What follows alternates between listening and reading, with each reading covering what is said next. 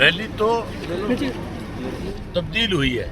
हमने तो हमारे लोकसभा क्षेत्र के दोनों पार्टी के कार्यकर्ताओं की बैठक बुलाई थी और बैठक में ये माना जा सकता है कि दोनों पार्टियों के ज़्यादा से ज़्यादा 2000 कार्यकर्ता हैं, लेकिन आपने देखा है कि पूरा पंडाल भरा हुआ था और उसके बाद इतनी बड़ी संख्या में लोग बाहर थे। एक संदेश है पूरे प्रदेश के अंदर है कि आने वाले समय में बहुजन समाज पार्टी और Indian National Lokdal Party Haryana से बदलाव की शुरुआत करने जा रही है। लोग कांग्रेस से भी दुखी है, भाजपा को सत्ता से पार करना चाहते हैं। आपने देखा नहीं लोकसभा के चुनाव में दोनों पार्टियां किस तरह से नूरा कुश्ती कर रही हैं। अब लोगों को ये बात समझ आ गई कि नूरा कुश्ती करने वालों को पार करना पड़ेगा। गुंडा तुड़ादार भाजपा कैसे सत्ता में बनी रहे उस प्रयास में लगा रहे हैं। इन्होंने लगातार प्रदेश को कमजोर किया।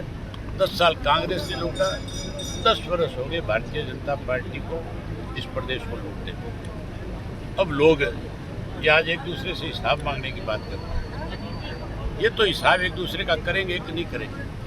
हमारी पार्टी सत्ता में आने के बाद इनका हिसाब जरूर करेंगे। सर, आज मुख्यमंत्री ने किसानों का कर्जा माफ कर दिया है। कौन से मुख्यमंत्री ने? अब तो एक ही है हरियाणा में।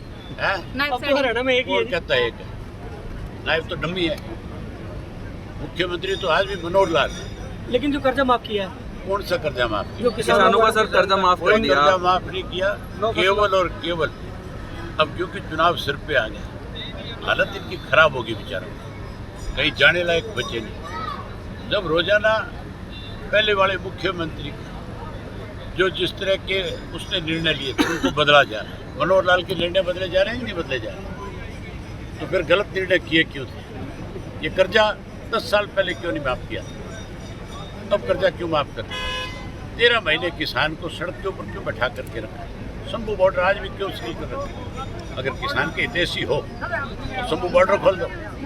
किसान के हितैषी हो तो पहले माफी मांगो इस बात के लिए कि हमारी गलत नीतियों की वजह से 13 महीने किसान को सड़क पे बैठना पड़ा। अगर तुम किसान के सही में हितैषी हो तो कर्जा माफ करने की बजाय स्वामीनाथन की रिपोर्ट लागू करो, ताकि किसान को सारी उम्र इस दिक्कत और कठिनाई का सामना न करना पड़े। सर, सभी फसलों को भी जो है केवल चुनाव का एक स्टंट है। कर्जा माफ किया था चौधरी देवीलाल ने। सर और इस प्रदेश में किसान को कोई अगर सबसे ज्यादा सुविधा मिलेगी तो इंडियन नेशनल लोकदल पार्टी और बहुजन समाज पार्टी की सरकार बनने के बाद मिलेगी। रैली तो तब्दील हुई है।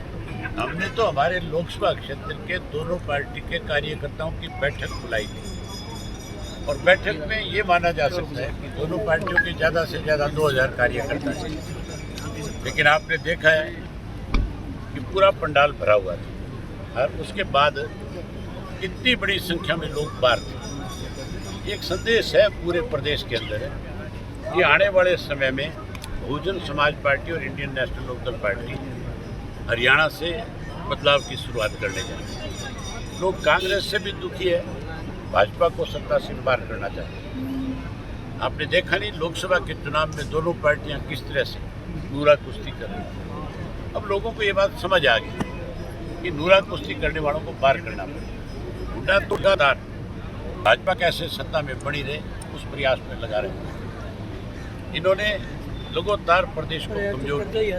10 साल कांग्रेस से लूटा, 10 वर्ष हो गए भारतीय जनता पार्टी को इस प्रदेश को लूटते।